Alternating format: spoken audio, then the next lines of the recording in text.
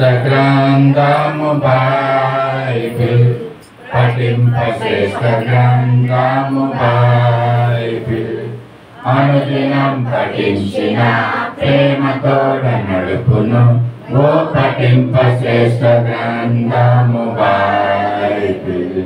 The best book to read is the Bible. The best book to read is the Bible. If you read it every day, it will lead you all the way. Oh, the best book to read is the Bible. అందరం కూర్చున్నాం. మరి రెండు ప్రకటనలు తెలియజేసిన తర్వాత దైవ వర్తమానంలోకి వెళ్దాము.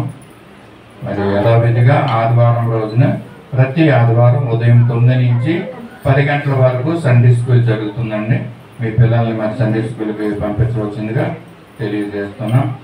అలాగే 30వ తారీఖు ఈ వారంలో మరి 30వ తారీఖు శుక్రవారం, లాస్ట్ శుక్రవారం అండి, అది ఆన్లైన్ ప్రేయర్ ఉంటుంది కనుక రాత్రి 9 గంటలకి 30వ తారీఖు ఆగస్టు రాత్రి 9 గంటలకి శుక్రవారం దినమన ఆన్లైన్ ప్రేయర్ ఉంటుంది కనుక దయచేసి అందరూ కూడా జ్ఞాపకం ఉంచుకోండి, గమనించి ఈ యొక్క ఆన్లైన్ ప్రార్థనకి ప్రతి ఒక్కరు కూడా రావాల్సిందిగా కోరుతున్నాం.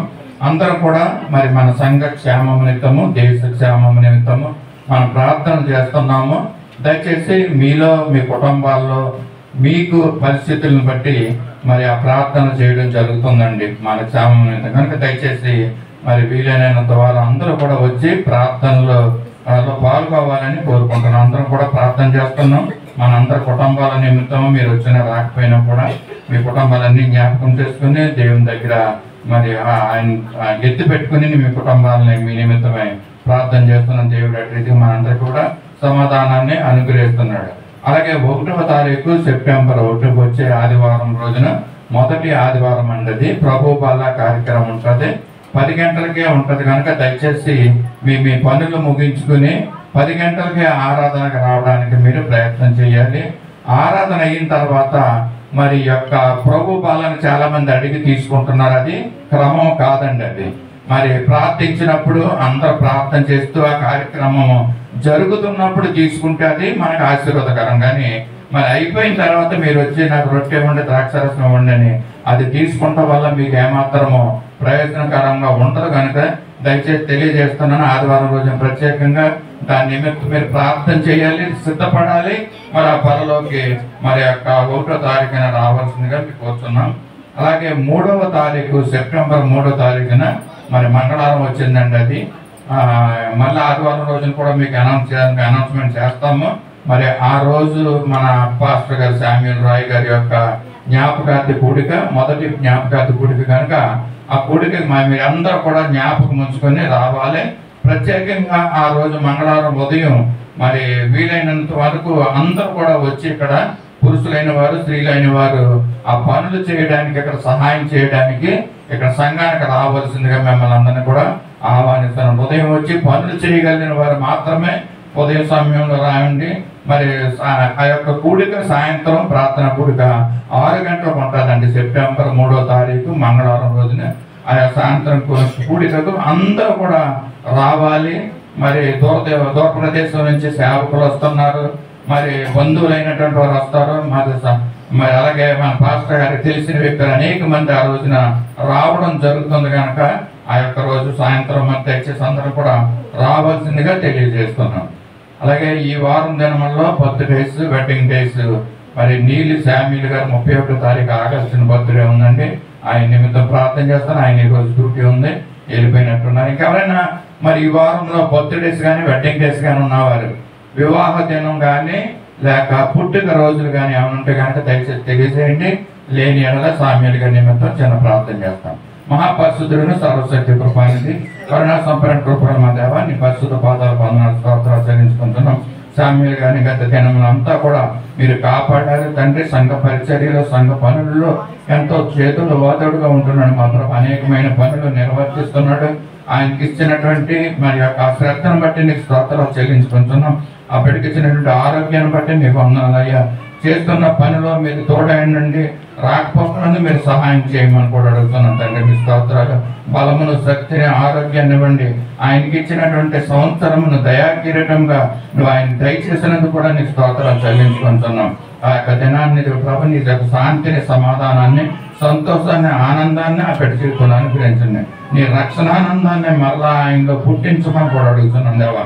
నీ స్తోత్రాలు చెల్లించుకుంటున్నాం. మరి ఎక్కువగా సంఘంలో ఒక స్తంభంగా నిలబెట్టుకుని నీ పాత్రగా పెట్టని మీరు వాడుకొని మీరు మహిమ పొందమని కూడా అడుగుతూ ఈ పొద్దున ప్రమాకరకే తిరిగి రానున్న నజరేయుడైన యేసు పరిశుద్ధ నామములో అడిగి వేడుకొంటున్నాం తండ్రి. ఆమేన్.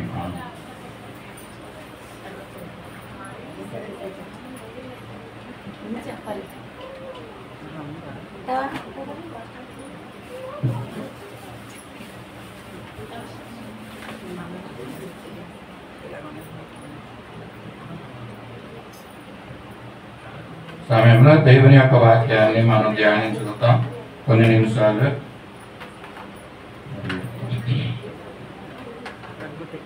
ఈరోజు ధ్యానించుకునే ధ్యానం మనము ప్రతిరోజు కూడా అందరికీ కూడా స్నేహితులు అనేవారు ఉంటూ ఉంటారండి కదా.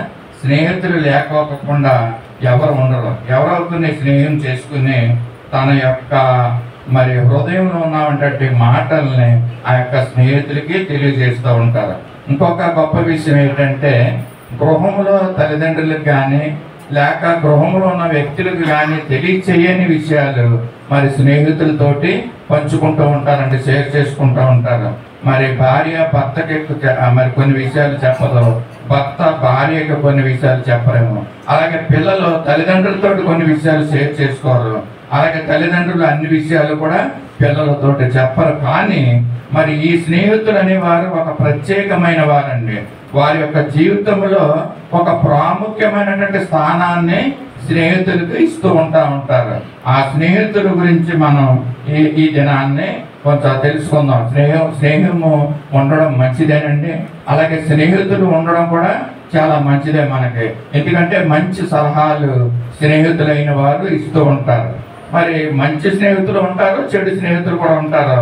చాలా మంది ఏం చేస్తూ ఉంటారంటే స్నేహం చేసినప్పుడు అవతల వ్యక్తి తనను మోసం చేస్తున్నాడు అని తెలిసినప్పుడు ఆ యొక్క వ్యక్తితో స్నేహాన్ని మరి దూరం పెడతా ఉంటారండి. మంచి స్నేహితుడు అయితేనే ఆ యొక్క స్నేహితులతోటి మరి స్నేహాన్ని కంటిన్యూ చేస్తూ ఉంటారు. మరి కొంతమంది చిన్నప్పుడు చదువుకున్న స్నేహితులు ఉంటారు, యవన దశలో ఉన్నప్పుడు మరి ఫ్రెండ్స్ ఉంటారు. ఈ విధంగా మరి అలాగే మధ్య దశలో ఉన్నప్పుడు స్నేహితులు ఉంటారండి. స్నేహం గురించి పరిశుద్ధ గ్రంథంలో మరి మంచి విషయాలే రాసి ఉంచారు. మరి దేవుడికి కూడా స్నేహితుడు కావాలని మరి దేవుడు కోరుకుంటూ ఉండేవాడండి. మరి ఆదాముని సృష్టించినప్పుడు మరి ఇందాక డేవిడ్ గారు మాట్లాడినప్పుడు ఒక మాట చెప్పారు, ఎంతమంది గమనించారు తెలియదు. కానీ నేను పరిశుద్ధ గ్రంథంలో ఎక్కడ ఉందో ఈవెన్ మా నాన్నగారు కూడా ఇదే విషయం చెప్పారండి. కథను చెప్పేటప్పుడు చిన్నప్పుడు మరి ఆ దేవుడు మట్టిని తీసుకుని నేల మట్టిని ఒక మనిషిని చేసి ఆ మనిషికి జీవవాయువుని ఊదాడు, ప్రాణవాయుని, మరి మనిషి అయ్యాడు అనేసి చక్కగా చెప్తూ ఉండేవారు మా నాన్నగారు చిన్నప్పుడు. తర్వాత అంట అది ఏదైనా తోటను దేవుడు నిర్మించాడు. ఆ ఏదైనా తోటలో ఆదాముని మరి అవ్వని ఆ యొక్క ఏదైనా తోటలో ఉంచినట్లుగా మనం చూస్తూ ఉంటాం. తెలుసు. అయితే సాయంకాల వేళ చల్లని పూట సమయంలో దేవుడు మరి కిందకి దిగి వచ్చి ఆ ఏదైనా తోటలోకి వచ్చి ఆదాముతోటి అవ్వతోటి మాట్లాడుతూ వెళ్తూ ఉండేవాడు అంటండి. చల్లని పూట సాయంకాలం వేళలో మరి దేవుడు ప్రతిరోజు ఆదాముతో వచ్చి మాట్లాడుతాడు. అంటే స్నేహం చేస్తున్నాడు అన్నమాట. అంటే దేవునికి స్నేహము అవసరము, స్నేహితుడు అవసరం అండి. కనుక ఈ యొక్క ఉదయకాల సమయంలో ఆ స్నేహం గురించి, దేవుడికి స్నేహాలు అవసరం, స్నేహితులు అవసరము, మనకి కూడా స్నేహితులు అవసరము. మన యొక్క విషయాలు ఆ యొక్క స్నేహితులతో షేర్ చేసుకుంటూ ఉంటాం. మరి ఈ మధ్య కాలంలో మరి స్నేహితులు కలిసి వ్యక్తులు కలిసి మాట్లాడుకున్న సందర్భాలు తక్కువైపోతున్నాయి. మరి ఫోనుల్లో మరి ఎక్కువగా మరి స్నేహితులు మాట్లాడుకుంటూ ఉంటూ మనం చూస్తూ ఉంటాం. అలాగే మెసేజ్లు పెట్టుకుంటూ చూస్తూ ఉంటున్నాం. ఇది కూడా స్నేహం, అంటే డిజిటల్ స్నేహం అన్నమాట. ఇంతకు ముందు కలిసి మాట్లాడుకునేవారు, ఈ మధ్యన ఫోన్లతో మరి మాట్లాడుకుంటూ స్నేహాలు చేస్తూ ఉంటున్నారు. దేవుడు మరి మనుషుల్ని స్నేహితులుగా మరి ఉండడానికే దేవుడు ఇష్టపడుతున్నాడు. మరి దేవుడు మనుషుల్ని స్నేహితులుగా చేసుకుని ఉండడానికి దేవుడు ఇష్టపడుతున్నాడు. పరిశుద్ధ గ్రంథంలో నుంచి మరి ఒక మాటను చూద్దాం, ఒక వ్యక్తిని కూడా చూద్దాం. దేవుడు ఏ విధంగా మరి స్నేహితుని ఇష్టపడుతున్నాడో మనుషులుగా, మరి ఆ మాటను మనం చూద్దాం. యాకోబు పత్రిక 2వ అధ్యాయము 23వ వచనంలో, మంచి స్నేహితులు, దేవునికి ఉన్నటువంటి స్నేహితుల్లో ఒకరిద్దరిని మనం జ్ఞాపకం చేసుకుందాం. దాంట్లో మొట్టమొదటి వాడు అబ్రహాం అండి. దేవునికి ఇష్టమైనటువంటి వ్యక్తి, మరి స్నేహం చేస్తానికి దేవుడు ఇష్టపడిన వ్యక్తి అబ్రహాము. దీంట్లో చూస్తున్నాం 2వ అధ్యాయము 23వ వచనం. కాబట్టి అబ్రహాము దేవుని నమ్మెను, అది అతనికి నీతిగా ఎంచబడెను, అను లేఖనము నెరవేర్చబడెను, మరియు దేవుని స్నేహితుని అతనికి పేరు కలిగెను. చాలండి. ఇక్కడ గమనించవలసిన మాట ఏంటంటే, అబ్రహాము దేవుని నమ్మెను, అది అతనికి నీతిగా ఎంచబడిన వాక్యం మనందరికీ తెలుసు. అనులేఖనము నెరవేర్చబడ్డది కూడా. అయితే ఇక్కడ మనకి కావలసిన వాక్యం ఏంటంటే, మరియు దేవుని స్నేహితుడని అతనికి పేరు కలిగిందంట. అబ్రహాము గారి పేరు అబ్రహామే. అబ్రహాముకు ముందు అబ్రహాం అనేసి మరి ఆయన అన్యరీతిగా ఉన్నప్పుడు అనేవారు. దేవుడు అబ్రహాముగా చేసుకున్నాడు. నీ సంతానాన్ని ఇసుక రేణువుల వలె భూమి మీద విస్తరింపజేస్తానని వాగ్దానం చేస్తున్నాడు. మరి ఇక్కడ ఏం చెప్తున్నాడంటే, అబ్రహాము దేవునికి స్నేహితుడు అంటండి అనే పేరు కలిగి ఉన్నదంటండి. ఒక వ్యక్తి, పేరు కలిగిన వ్యక్తి సమాజంలో ఉంటున్నప్పుడు, ఒక ఎమ్మెల్యే అవనండి, ఎంపీ అవనండి, అక్కడ ఆయన దగ్గర ఒక వ్యక్తి ఉంటూ ఉంటాడు అనమాట, పర్సనల్ సెక్రటరీ గాను. మరి అన్ని పనులు చూడటానికి మరి ఆ యొక్క సమాజంలో ఉన్న మరి ఆ యొక్క ఎంపీ ఎమ్మెల్యే గారి దగ్గర పేరుగాంచిన వ్యక్తి ఉంటాడు. అతనితోటి అన్ని పనులు చేయించుకుంటూ ఉంటాడు. మనం ఆయన చూసినప్పుడు ఏమంటామంటే, ఈయన ఫలానా ఎమ్మెల్యే గారు మనిషి అండి ఈయన అనేసి అని అంటూ ఉంటాం కదండి. ఆ విధంగా అతని పేరు వస్తుంది అనమాట. ఇక్కడ కూడా అబ్రహాముకి మరి దేవుని యొక్క స్నేహితుడు అనేసి పేరు వచ్చిందంటండి. అబ్రహాము దేవునికి స్నేహితుడుగా ఉంటున్నాడు. ఎంత గొప్ప ధన్యత, ఎంత గొప్ప మన జీవితం ఆయన కలిగి ఉన్నాడు. ఇక్కడ మనం గమనించాలి, గ్రహించాలి. దేవునికి స్నేహితుడని అబ్రహాముకు పేరు కలిగి ఉన్నది. మరి మనల్ని చూసినప్పుడు ప్రజలు, లోకంలో ఉన్నవారు ఏమని అనుకుంటున్నారు, ఏ రకమైనటువంటి వ్యక్తి నీవు అనేసి మరి నిన్ను గూర్చి సమాజం చెప్పుకుంటుంది, నిన్ను గూర్చి సంఘం ఏమని చెప్పుకుంటుందో ఒకసారి మీరు గమనించుకోవాలి. మనలో మనం ఒకసారి పరీక్ష చేసుకోవాలి. అబ్రహామును చూసిన వెంటనే మరి అక్కడ ఉన్న వారు ఏమనేవారంటే, ఇతను దేవుని స్నేహితుడు అనేసి అటువంటి మంచి పేరు సంపాదించుకున్నవాడు అబ్రహాం అంటాడు. చూస్తున్నారు కదా, ఈ విధంగా అబ్రహాం చూసిన వారు దేవుని స్నేహితుడు అని చూస్తూ ఉంటాను. మరి యెషయా గ్రంథము 48వ అధ్యాయంలో ఇంకొక మాట ఉందండి.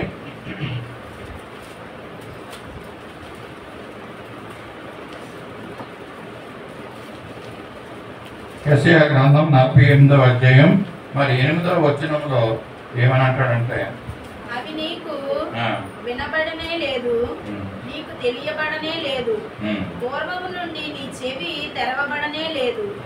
నీవు అపనమ్మకస్తుడివై నీ తల్లి గర్భన పుట్టినది మొదలుకొని తిరుగుబాటు చేయువాడివని. ఇక్కడ ఏమని అంటాడంటే, యాక్చువల్గా యాకోబు నేను ఏర్పరచుకుని, రెఫరెన్స్ ఒకవేళ తక్కువ ఒకవేళ తెలియదు దీంట్లో,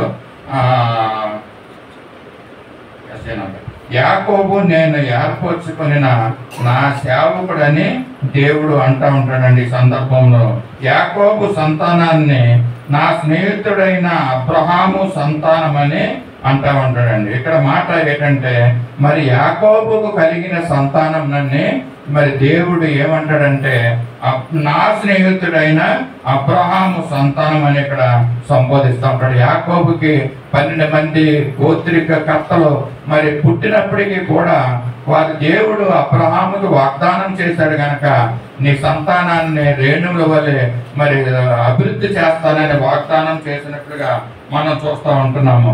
మరి యాకోబు సంతానం అయినప్పటికీ కూడా అది మరి అబ్రహాము సంతానముగా దేవుడు చెప్తూ ఉంటాడు. అంతేకాకోకుండా నా స్నేహితుడైన అబ్రహాము సంతానం అనేసి అంటూ ఉంటాడు. అబ్రహాము దేవుడితో వాగ్దానం చేసింది ఇది. దేవుడు అబ్రహామును స్నేహితునిగా చేసుకున్నాను.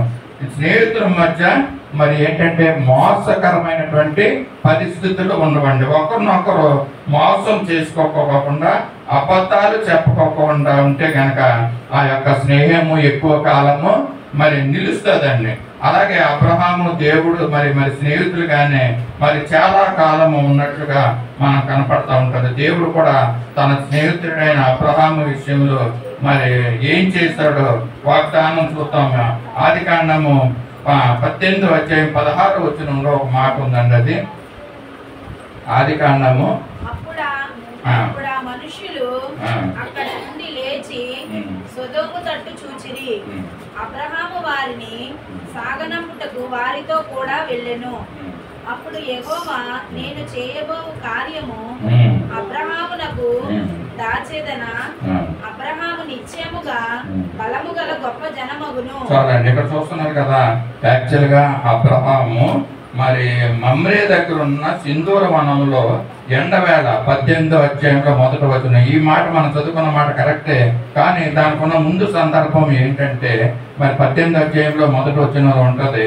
మరియు మమ్రే దగ్గర ఉన్న సింధూర వనములో అబ్రహాము ఎండవేళ గుడారపు ద్వారమందు కూర్చుని ఉన్నాడంటండి. ఎండవేళ సింధూర వనములో తన గుడారంలో మరి ద్వారము దగ్గర అబ్రహాము కూర్చొని ఉన్నప్పుడు అప్పుడు ఏం జరిగిందంటే యెహోవా అతనికి కనపడ్డాడంటండి. యెహోవా అతనికి ప్రత్యక్షమై ఉన్నాడండి. మరి అతడు కన్నులెత్తి చూశాడంట. చూసినప్పుడు 3 మనుషులు అతని ఎదుట నిలువబడి ఉండేది. చూడండి ఈ యొక్క మంచి సన్నివేశం ఏంటంటే మరి సింధూర వనములో అతని యొక్క గుడారం ద్వారం దగ్గర కూర్చుని ఉంటే యెహోవా దేవుడు ఆయనకి ప్రత్యక్షమయ్యాడు, ఎదురయ్యాడు, మరి కనిపించాడు. కనిపించిన తర్వాత అతని పన్నులు ఎత్తు చూస్తున్నప్పుడు 3 మనుషులు అతనికి ఎదుట నిలవబడి ఉన్నారు అనేసి ఇక్కడ మనం చూస్తూ ఉంటున్నాము. ఇక్కడ ఆ 3 మనుషులు దేని నిమిత్తం అయితే వచ్చారంటే మరి అబ్రహాము ఆ 3 మనుషుల్ని మరి చేరతీసి ఆ ఇంటికి ఆహ్వానించి వారికి ఆతిథ్యం ఇచ్చి వారికి మంచి ఆహారం ఇచ్చి మరి వారిని మరి సాగనంపినట్లుగా ఈ యొక్క కింద వచనాలన్నీ కూడా మనం చదువుతూ ఉంటుంటే చూస్తూ ఉంటున్నాము. 16వ వచనంలో ఎందుకు ఈ వచనం అంటే దేవుడు ఎంతగా అబ్రహామును స్నేహం చేస్తున్నాడో ఈ విషయాల్లో మనకు తెలుస్తూ ఉంటుంది. అంటే ఏ విషయం కూడా దేవుడు అబ్రహాముకు దాచి ఉంచేవాడు కాదండి.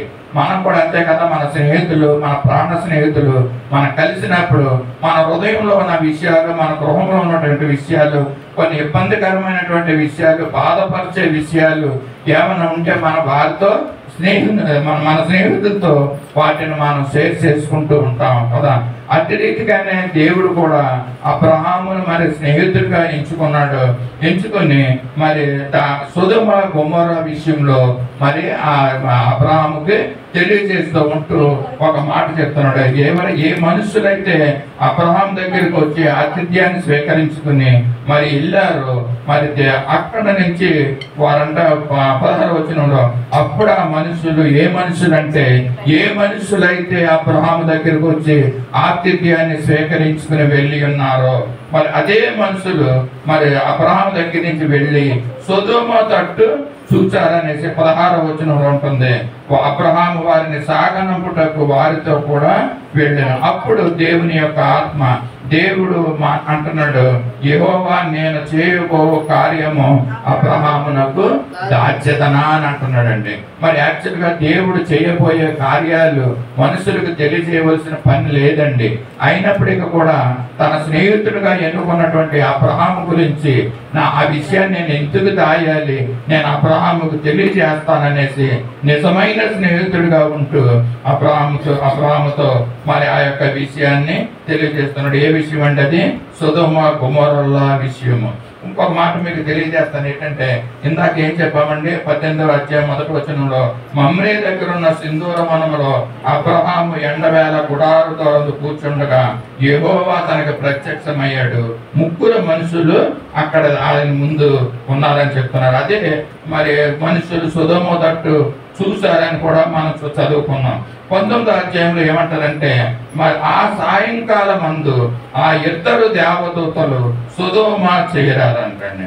ఇక్కడ దేవుడు కనపడ్డాడంటాడు, యెహోవా మరి అబ్రహాముకు కనిపించారు. అలాగే 3 మనుషులు అతనికి ప్రత్యక్షమయ్యారంటారు. అదే మనుషులు సొదొమ తట్టు చూశారని అంటాడు. 19వ అధ్యాయం 1వ వచనం వచ్చేటప్పటికి 2 దేవదూతలు సొదొమ చేరుకున్నారంటారు. మీకు ఏమైనా అర్థమవుతుందంటే, చదువుకున్న మాటలు చెప్తున్న మాటలు మీకు ఏమైనా అర్థమవుతుందా? ఇది ఎలాగ సాధ్యం అనేసి అంటే, ఈ దేవుడు కనపడుతున్నాడు, 3 మనుషులు వచ్చారు.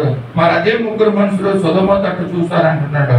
19వ అధ్యాయం వచ్చేటప్పటికి 2 దేవదూతలు సొదొమ చేరుకున్నారంటారు. చూడండి, ఏది ఏమైనా దీంట్లో ఉన్న మర్మం ఏంటంటే, యెహోవాయే మరి తానే మరి ఆ విధంగా అబ్రహాము దగ్గరకు వచ్చి మరి ఆతిథ్యాన్ని స్వీకరించాడు 3 మనుషులుగా. మరి అదే 3 మనుషులు 2 దేవదూతలుగా, అదే దేవుడు 2 దేవదూతలుగా మరి సొదొమ గొమొర్రా దగ్గరికి వచ్చినట్లుగా మనం చూస్తూ ఉంటున్నాం. దేవుని యొక్క మరి ఆ యొక్క స్వరూప్యాలు మరి మనం గ్రహించాలండి. ఇక్కడ మరి సొదొమ గొమొర్రా దగ్గరికి వచ్చి మరి దాన్ని నాశనం చేయడం మనం చూస్తూ ఉంటున్నాము. మరి ఇంతకుముందు నేను చెప్పాను, ఆ సొదొమ గొమొర్రా ఎంత భయంకరమైనటువంటి గ్రామమో నేను చెప్పాను. బాలురు, వృద్ధులు, మరి ఆ ప్రజలందరూ కూడా కలిసి మరి ఆ గ్రామం ఆ యొక్క లోతు ఉన్న ఇంటి దగ్గరికి వచ్చారంటే చూసారు కదా. మరి 10వ వచనంలో చూస్తున్నాము, 19వ అధ్యాయం ఆదికాండము 19వ అధ్యాయము తమ చేతులు చాపి లోతును ఇంటి లోపలికి తమ యొద్దకు తీసుకొని తలుపు వేసిరి. చాలండి. దాని పైన చూస్తే ఏమంటాడంటే, లోతు అను ఆ మనుష్యుని మీద దొమ్మిగా పడి తలుపు పగలగొట్టుటకు సమీపించింది. మరి లోతు యొక్క ఇంటిని మరి ఆ బాలురు, వృద్ధులు, ఆ యొక్క సొదొమ గొమొర్రా యొక్క ప్రజలందరూ కూడా వచ్చి లోతు ఇంటి దగ్గరికి వచ్చి ఏం చేస్తున్నారంటే అండి, దొమ్మిగా వచ్చారంట, తలుపులు పగలగొట్టారంటండి. ఎంత భయంకరమైనటువంటి ఆ సొదొమ గొమొర్రా ఉందో మనం చూస్తూ ఉంటున్నాము. అటువంటి సొదొమ గొమొర్రాని దేవుడు నాశనం చేయాలని అక్కడ ఉంటుంది. అగ్ని గంధకము ఆకాశము నుండి మరి కురవబడి ఆ యొక్క సొదొమ గొమొర్రాని నాశనం చేస్తున్నట్టుగా మరి యొక్క వాక్యంలో మనం చూస్తున్నాము. మరి ఇక్కడ చూడవలసిందంటే, ఇటువంటి కార్యాన్ని దేవుడు తలపెట్టినప్పుడు తన స్నేహితుడైనటువంటి అబ్రహాముకి మరి దేవుడు ఏం చెప్తున్నాడంటే, నేను చేయబోవున్నది అబ్రహామునకు దాస్తాననేసి అడుగుతా ఉంటున్నాడు. చూస్తున్నాం కదా. మరి దేవుడు సొదొమ గొమొర్రాలను నాశనం చేయడానికి మరి ఆయన ప్రణాళిక వేసుకున్నాడండి. మరి ఈ విషయం దేవుడు అబ్రహాముకి తెలియజేశాడు. అబ్రహాముకు తెలియజేసిన తర్వాత అబ్రహాము ఏమంటాడంటే, ఇక్కడ 18వ అధ్యాయం 22వ వచనంలో ఆ మనుషులు అక్కడ నుండి తిరిగి సొదొమ వైపుగా వెళ్ళి అబ్రహాము ఇంకా యెహోవా సన్నిధిని నిలుచుండెను. 23వ వచనంలో చూస్తున్నాము. అప్పుడు సమీపించి ఇట్లనెను, దుష్టులతో కూడా నీతిమంతులను నాశనము చేయదువా? ఆ పట్టణంలో ఒకవేళ 50 మంది నీతిమంతులు ఉండిన ఎడల దానిలో ఉన్న 50 మంది నీతిమంతుల నిమిత్తము ఆ స్థలము నాశనం చేయక కాయవా? ఆ చొప్పున చేసి దుష్టులతో కూడా నీతిమంతులను చంపుట నీకు దూరమవును గాక. నీతిమంతుని దుష్టునితో సమముగా ఎంచుట నీకు దూరమవు గాక. సర్వలోకమునకు తీర్పు తీర్చువాడు న్యాయము చేయువాడా, న్యాయము చేయడా అని చెప్పినప్పుడు యెహోవా సొదొమ పట్టణంలో 50 మంది నీతిమంతులు నాకు కనబడినల్లా వారిని బట్టి ఆ స్థలమంతటిని కాయుదునెను. చాలు, చూసాం కదా. ఇటు రీతిగా మరి దేవుడు సొదొమ గొమొర్రాలని నాశనం చేయడానికి మరి ప్లాన్ చేసుకున్నప్పుడు ఎంత భయంకరమైనటువంటి ఆ యొక్క పట్టణాలు మీకు తెలియజేశాను.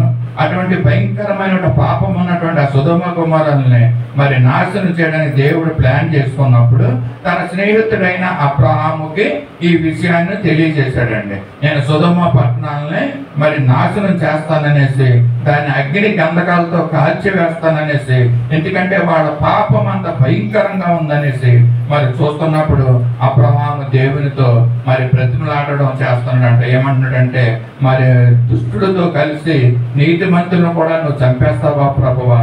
ఆ యొక్క సొదొమ పట్టణంలో ఒకవేళ 50 మంది నీతిమంతులుంటే ఒకవేళ పట్టణం కాల్చుకోకుండా ఉంటావా అనేసి దేవుని దగ్గర మాట్లాడుతూ ఉంటాడు. ఒక స్నేహితుడు ఏ విధంగా మాట్లాడుకుంటారో ఆ విధంగా అబ్రహాము మరి దేవుడు ఈ విధంగా అబ్రహాము దేవునితో మాట్లాడుతున్నాడు అనమాట. 50 మంది నీతిమంతులుంటే నువ్వు చంపవు కదా ప్రభు అంటే, నేను ఆ యొక్క మరి గ్రామాన్ని పట్టణాన్ని నేను నాశనం చేయనని చెప్తా ఉంటాడు. మరలా అబ్రహాం అంటాడు, ఎందుకంటే ఆయన తెలుసు 50 మంది నీతిమంతులు ఆ యొక్క గ్రామంలో ఉండరన్న విషయం తెలుసుండి అబ్రహాం మళ్ళీ అంటాడు దేవునితో, ఒకవేళ 40 మంది నీతిమంతులు ఉంటే నువ్వు ఆ పట్టణాన్ని కాల్చవు కదా ప్రభు అంటే, నేను 40 మంది ఉన్నట్లయితే గనక నీతిమంతులు నేను కాల్చనంటాడు. అలాగే 30 మందిని అడుగుతాడు దేవుడు అబ్రహాము, 30 మంది ఉంటే నీతిమంతులు కాల్చవనంటే నేను 30 మంది నీతిమంతులు ఉన్నా కూడా నేను కాల్చను అంటాడు.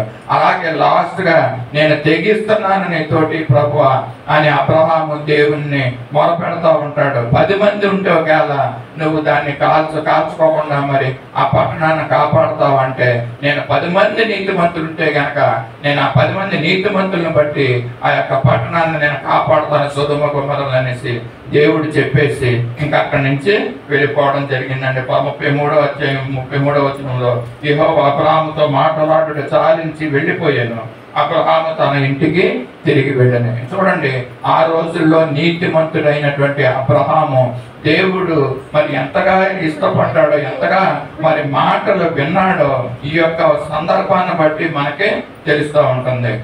మనం ఈరోజు ధ్యానం చేసుకునేది ఏంటంటే స్నేహం గురించి. దేవుడు అబ్రహాముతో స్నేహం చేశాడండి. దేవుడు ఏ విషయాలు కూడా అబ్రహాము దగ్గర దాయలేదు, దాపరికము లేకుండా మరి అబ్రహాముతో స్నేహం చేశాడండి. నిజమైన స్నేహితులు దాపరికాలు ఉంచుకోరండి. మరి తన హృదయంలో ఉన్న విషయాలన్నీ కూడా తన ప్రాణ స్నేహితులైన వారికి మరి తెలియజేస్తారు. అలాగే దేవుడు కూడా అబ్రహాము స్నేహితుడిని ఎంచుకుని అతని దగ్గర ఏమి దాయిపోకోకుండా మరి అబ్రహాముతో విషయాలు మనం చెప్పడం మనం చూస్తూ ఉంటున్నాము. రెండో వ్యక్తిని యాక్చువల్ అబ్రహామే మరి రెండో వ్యక్తి సాక్ష్యం చెప్తా ఉంటాడండి అబ్రహాం గురించి. ఆయన యొక్క దేవుని యొక్క సాక్ష్యము ఏ విధంగా ఉందంటే, ఆ రెండో వ్యక్తి యెహోషాపాతు అండి. మరి దినవృత్తాంతాలు గ్రంథంలో మనం చూస్తాము. రెండవ దినవృత్తాంతాల గ్రంథములో యెహోషాపాతు రాజు మరి అమ్మోనీయులు, మోయాబీలు, సిరియనులు దండెత్తి అతని మీదకు వస్తున్నప్పుడు మరి ఒక మాటని జ్ఞాపకం చేసుకుంటూ ఉంటాడు. దినవృత్తాంతాల 2వ గ్రంథము 20వ అధ్యాయము 7వ వచనంలో ఆ మాట మనం చూస్తాం. చదువుతారండి. ఇశ్రాయేలు నుండి ఈ దేశపు కాపురస్తులను తోలివేసి నీ స్నేహితుడైన అబ్రహాం యొక్క సంతతికి దీనిని శాశ్వతంగా ఇచ్చిన మా దేవుడు నీవే. చాలండి, చూసారు కదా. ఇక్కడ యెహోషాపాతు రాజు ఏం చెప్తున్నాడంటే, నీ స్నేహితుడైన అబ్రహాం యొక్క సంతతిని దీనిని శాశ్వతంగా నీవు ఇచ్చావు, ఆ దేవుడు నీవే కాబట్టి నీవే మమ్మల్ని కాపాడాలన్నట్టుగా మరి యెహోషాపాతు రాజు మరి చూస్తున్నాం. ఇక్కడ 20వ అధ్యాయం 1వ వచనంలో చూస్తున్నాం. మోయాబీయులు, అమ్మోనీయులు, మరి అలాగే మమోనీయులలో కొందరును మరి యెహోషాపాతు మీదకి దండెత్తి వచ్చారంట. అలాగే సిరియనులు కూడా మరి యెహోషాపాతు మీదకి మరి దండెత్తి వచ్చినప్పుడు మరి దేవుని దగ్గర ఆయన సహాయం అడుగుతూ ఉంటాడు అనమాట. యెహోషాపాతు రాజు మరి దేవుని దగ్గర సహాయం అడుగుతూ ఎవరిని గుర్తు చేసుకుంటాడంటే అబ్రహామును గుర్తు చేసుకుంటూ ఉంటాడు. ఎందుకంటే అది అందరికీ తెలుసు, మరి అబ్రహాము దేవుని యొక్క స్నేహితుడని పేరు కలిగి ఉన్నది కాబట్టి యెహోషాపాతు కూడా అబ్రహాము పేరుని ఎత్తి చూపించి, దేవుడైన అబ్రహాము దేవుడా, నువ్వు నీ స్నేహితుడైన అబ్రహాము యొక్క ఇది సంతతి అంతా కూడా అబ్రహాము యొక్క సంతతే కాబట్టి దీన్ని నువ్వు కాపాడాలనేసి యెహోషాపాతు రాజు దేవుణ్ణి కోరుకుంటూ మనం ఇక్కడ చూస్తూ ఉంటున్నాము. అంటే ఆ విధంగా మరి అబ్రహాముకి దేవుని యొక్క స్నేహితుడని రాజులకు కూడా అందరికీ కూడా తెలుసును కాబట్టి ఆ యొక్క యెహోషాపాతు రాజు దేవునికి ఈ విషయాన్ని మరి మొదలు పెట్టడం మనకే చూస్తూ ఉంటున్నాం. 12వ వచనంలో చూస్తున్నాడు, మా మీదకి వచ్చి ఈ గొప్ప సైన్యము యుద్ధం చేయుటకు మాకు శక్తి చాలదనేసి 12వ వచనంలో మరి చెప్తా ఉంటున్నాం. మా మీదకి వచ్చి గొప్ప సైన్యంతో యుద్ధం చేయటం మాకు శక్తి చాలదు, ఏమి చేయుటకును మాకు తోచదు, నీవే మాకు దిక్కని ప్రార్థన చేశాడండి. యెహోషాపాతు రాజు మరి ఆ మోయాబీయులతో అమ్మోనీయులతో యుద్ధం చేయాలంటే దేవుని యొక్క శక్తి అవసరం అన్నమాట. ఆ ప్రార్థన చేసినప్పుడు ఏమని అంటాడంటే, మరి నీ స్నేహితుడైన అబ్రహాము యొక్క ఈ సంతానము, నేను ఏలుతున్న మరి పరిపాలిస్తున్న ఈ యొక్క ప్రజలందరూ కూడా నీ స్నేహితుడైనటువంటి అబ్రహాము సంతానమే. ఈ సంతానము నశించిపోవడం నీకు ఇష్టం ఉండదు కనుక ప్రభువా నువ్వే కాపాడు, నేనైతే ఈ గొప్ప సైన్యాన్ని యుద్ధం చేయడానికి నాకు శక్తి సరిపోదు అనేసి మరి యెహోషాపాతు రాజు ప్రార్థన చేస్తూ ఉంటున్నాడు. అబ్రహాముని స్నేహితుడని ఆయన కూడా తెలియజేస్తూ ఉంటున్నాడు. మరో స్నేహితుడితో మనం మరొక దేవుని యొక్క స్నేహితుని గురించి మనం చూస్తాము. ఆయన నిర్మాకాండములో మనం ఉంటాడండి. దేవుని యొక్క స్నేహితుడు 33వ అధ్యాయము 11వ వచనంలో దేవునికి స్నేహితులు ఉన్నారు, ఆ స్నేహితులతో ఏ విధంగా మాట్లాడుతూ ఉన్నాడో కూడా ఇక్కడ తన స్నేహితుడితో మాట్లాడినట్లు యెహోవా మోషేతో ముఖాముఖిగా మాట్లాడుచుండెను. చూస్తారు కదండి. మరి యాక్చువల్ గా 20వ వచనంలో అంటాడు, నీవు నా ముఖమును చూడజాలవు, ఏ నరుడును కూడా నన్ను చూసి బ్రతుకుడనేసి అని అంటాడు. అయినప్పటికీ కూడా దేవుడు మరి మోసేతో ముఖాముఖిగా మాట్లాడే గొప్ప ధన్యత, అటువంటి అనుభవం మోసేకి దేవుడు ఇచ్చాడు. దేవుడు మరి మోసేని ఎంతగానో ప్రేమిస్తూ మరి మనుషులు స్నేహితులు ఏ విధంగా మాట్లాడుకుంటూ ఉంటారో ఆ విధంగా మరి మోసేతో యెహోవా మాట్లాడటం మనం చూస్తూ ఉంటున్నాము. అబ్రాము మరి దేవునికి స్నేహితుడిగా ఉన్నాడండి. అలాగే మరి యెహోషాపాతు మరి సాక్ష్యం ఇచ్చాడు, నీ స్నేహితుడైన అబ్రహాము అనేసి. అలాగే దేవుడు స్నేహితుడైనటువంటి మోసేతో ముఖాముఖిగా మనం మాట్లాడటం చూస్తూ ఉంటున్నాం. అలాగే ఇంకొక స్నేహితుడు యేసు ప్రభువు వారి యొక్క ఇప్పుడు వరకు పాత నిబంధనలో మరి యొక్క వ్యక్తులను మనం జ్ఞాపకం చేసుకున్నాం, దేవుని యొక్క స్నేహితులు మనం జ్ఞాపకం చేసుకున్నాం. మరి క్రొత్త నిబంధన గ్రంథంలో మరి ఒక స్నేహితుడిని దేవునికి స్నేహితుడైన వాడిని మనం జ్ఞాపకం చేసుకున్నాం. ఆ స్నేహితుడు ఎవరనంటే క్రొత్త నిబంధన గ్రంథంలో మన స్నేహితుడిని మనం చూడట్లేదు, లాజరు గురించి మనందరికీ కూడా తెలుసండి. మరి ఆ శిష్యులతో యేసు ప్రభు మాట్లాడుతూ ఏమంటాడంటే, మన స్నేహితుడైన లాజరు నిద్రించుచున్నాడు అనేసి అని అంటున్నాడు. అంటే యేసు ప్రభుకి మంచి స్నేహితుడు ఎవరంటే మరి లాజరు అనేసి మరి యేసు ప్రభు వారు ఇక్కడ మనకు తెలియజేస్తూ ఉంటున్నాడు. మరి స్నేహితుల గురించి దేవుడు మరి ఇంతగా ఇలా తెలియజేస్తున్నాడు. మనం మరి మంచి స్నేహితులుగా దేవుడు మరి మనుషుల్ని స్నేహితులుగా చేసుకున్న వారిని మనం చూసాం. అలాగే శిష్యులను కూడా మరి యేసు ప్రభువు వారు శిష్యుల్ని ఒక స్నేహితులుగానే మరి వారికి చెప్పినప్పుడు మరి నన్ను మరి ఫాలో అవ్వండి అని చెప్పినప్పుడు వారు వెంటనే వారి యొక్క వలలను విడిచిపెట్టి దేవునికి శిష్యులుగా రావడం మనకందరికీ తెలుసండి. మరి స్నేహితులుగా వారు బ్రతికినంత కాలం కూడా యేసు ప్రభువు వారు సిలువ దగ్గరికి వెళ్లే వరకు కూడా మరి ఆ శిష్యులైన వారు యేసు ప్రభుతో ఉన్నారు. అనేకమైన కష్టాల బాధలు వచ్చినప్పటికీ కూడా శిష్యులు కూడా దేవునికి యేసు ప్రభు వారికి మంచి స్నేహితులుగా ఉండడం మనం చూస్తూ ఉంటున్నాము. మరి ఇంకొక స్నేహితులు మనం చూద్దాము. ఇప్పుడు మనుషులుగా చేసుకున్న స్నేహితులు పరిశుద్ధ గ్రంథంలో కూడా కొంతమంది స్నేహితులు ఉన్నారండి. ఆ స్నేహితులు మరి మనిషి స్నేహితులు. ఇంతకుముందు మనం ఏం చెప్పుకున్నామంటే దేవుడు స్నేహితులుగా చేసుకున్నటువంటి మనుషుల గురించి మనం చూసుకున్న అబ్రాహాము, మోసే మరి వీళ్ళని చూసామని. అలాగే యేసు ప్రభువు వారు శిష్యుల్ని లాజరుని స్నేహితులుగా చేసుకుని వారు చూసినట్టు చూసాం. ఇప్పుడు మనుషులు ఏ విధంగా స్నేహితులుగా చేసుకుని ఉన్నారో మనం కొన్ని సందర్భాలను జ్ఞాపకం చేసుకుందాం. అయితే మనుషులతో స్నేహాలు చేసినప్పుడు కొన్ని విషయాలు మనకి చూస్తూ ఉంటాయి. ఏంటంటే దాంట్లో మంచి స్నేహితులు ఉంటారు, చెడు స్నేహితులు కూడా ఉంటారండి. ఇప్పుడు మొట్టమొదటిగా ఒకళ్ళిద్దరిని మంచి స్నేహితులు మనం జ్ఞాపకం చేసుకుందాం.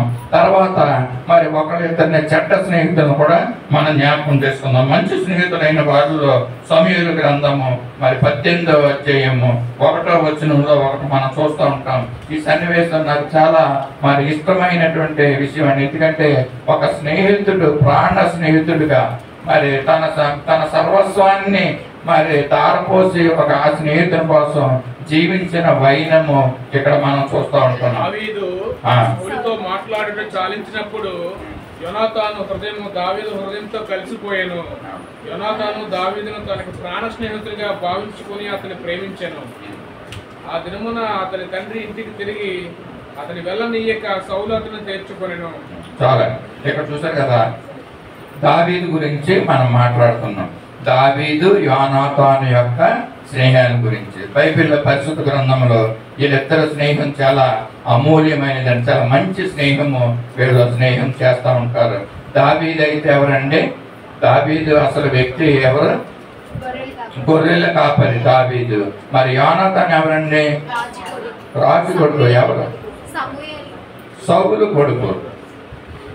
ఒకనంటే యోనాతాను సౌలు కుమారుడు అండి. రాజు అయినటువంటి సౌలు కుమారుడు యోనాతాను గొర్రెలను కాచుకున్నటువంటి గొర్రెల కాపరి మరి యెషయా కుమారుడు అయినటువంటి దావీదు. వీరిద్దరి యొక్క స్నేహము గురించి ఇక్కడ మనం చూస్తూ ఉంటాం.